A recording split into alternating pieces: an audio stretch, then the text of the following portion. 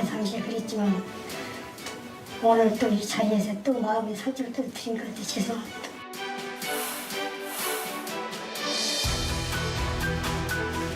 저는 이제 두 동생을 다시 만났다 이제 이런 마음으로 정말 용서를 하고 싶어요.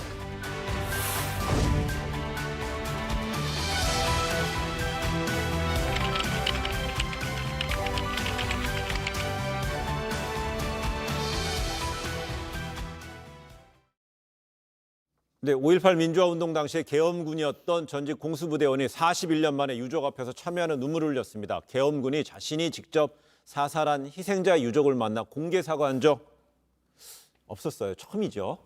광주 민주화운동 당시에 이제 진압작전에 참여했었던 그 공수부대원들, 계엄군들이 당시에 자신이 목격한 사건을 증언한 경우들, 이런 경우 많았습니다. 네. 그런데 증언과 사과는 이게 좀 다른 거지 않습니까?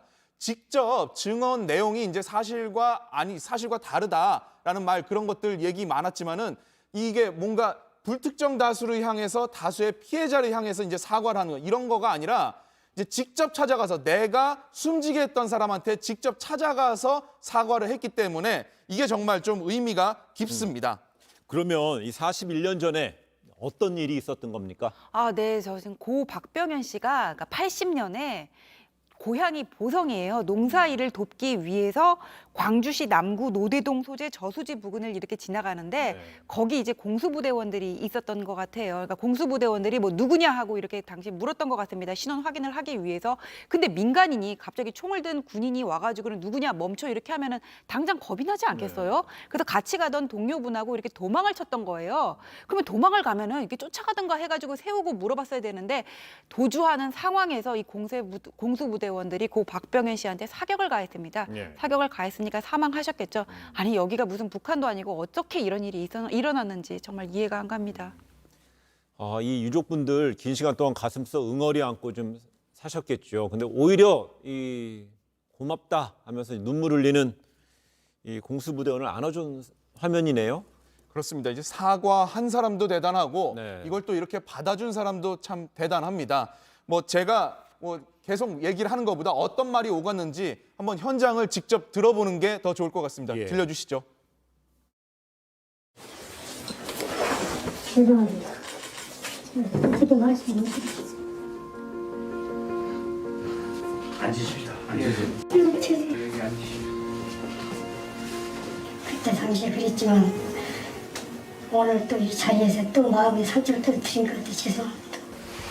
저희들은 선생님의 그 연기에 고맙고 한편으로는 우리 동생도 이제 좀 편안히 보내드릴 수 있지 않을까. 죽은 동생을 다시 만났다 이제 이런 마음으로 정말 용서를 하고 싶어요. 예.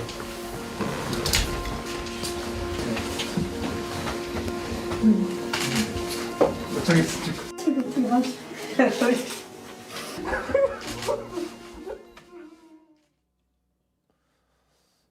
이 41년의 역사의 어떤 시간, 공간의 길이, 넓이, 깊이가 한 곳에 좀 응축된 것 같아요. 근데 이 공개적인 자리에 사과하는 것도 쉽지 않고 또 용서를 하는 것도 쉽지 않을 것 같은데 이 만남 어떻게 이루어졌습니까? 5.18 민주화운동 네. 진상규명조사위원회 이곳의 역할이 좀 컸습니다. 그러니까 당시 공수부대원들도 총을 쏘면서 누구에게 쏘는지 자기도 모르죠. 당시 시민들이 어디서 어떻게 숨졌는지 이거를 일일이 조사를 하는 데가 바로 진상조사위에서 하는 건데 그러다 보니까 가해자 그리고 유족 이거에 연결이 가능했던 곳이 여기입니다. 자, 앞서 영상에서도 나왔는데 미안함이 너무 컸는지 이 가해자 A씨가 유족을 만나자마자 무릎을 꿇고 큰절을 했습니다. 그리고 너무 오랫동안 못 일어나고 흐느끼다 보니까 진상조사위 분들이 와서 이걸 일으켜서 자리에 앉혀서 이제 대화를 시작했다고 합니다. 이게 위원회도 가장 보람됐던 순간이라고 밝혔는데 다른 계엄군들도 좀 용기를 내서 나와주기를 부탁하기도 했습니다. 이야기 한번 직접 들어보겠습니다. 예. 용기를 내주셔서 감사합니다. 이제는 짐을 좀 덜어놓고 꼭 오래오래 사셔서 이런 부분들에 대한 증언도 하시고 다른 입 다물고 가슴 닫고 있는 그때 당시의 투입 계엄군들에게 좋은 본보기가 될 수 있도록 설득도 같이 하시고 갇혀 있지 마십시오. 이제 밖으로 나오십시오. 네, 감사합니다. 오늘 정말 고맙습니다. 네, 유족만큼은 아니겠지만 이분도 이 지난 40년 동안 얼마나 죄책감에 시달렸을까요? 유족이 이렇게 말을 했거든요. 이제 아픔 잊고 떳떳하게 잘 살았으면 좋겠다. 자, 이 말이 참 가슴에 많이 담는 말인 것 같습니다. 다른 계엄군 출신들도 뭐 이런 양심 고백이 있을까요? 예, 그 진상조사 규명위에 따르면 서너 명의 계엄군 증언을 더 확보를 예. 했는데 아직 사망자가 누구인지를 밝히지는 못했다고 하더라고요. 이걸 이렇게 과거에 묻어둘 수가 있었는데 계속적으로 진상조사를 하면서 새로운 계엄군들의 증언이 나오고 이렇게 사죄를 하는 거는 본인들을 위해서도 정말 필요하고 아름다운 일이라고 생각을 하고 이제는 편하게 쉬시라는 그 유족들의 그 너그러운 마음이 정말 위대해 보입니다.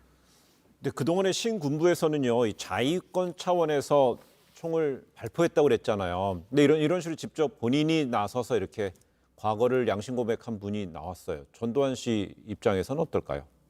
이 영상 봤는지 정말 네. 저는 잘 모르겠습니다. 그런데 만일에 못 봤다면 꼭 보시기를 강력하게 권고합니다. 지금까지 전 씨가 틈만 나면 나와서 말을 했던 게 총을 쏘기는 했는데 자위권 차원이다라고 계속 얘기한 거. 근데 이미 너무 많은 정황들이 나와서 이 말이 거짓이라는 게 밝혀지긴 했지만 이분의 사과 한마디로 또 한 번 깨졌다는 거. 전 씨가 똑똑히 좀 알았으면 좋겠습니다.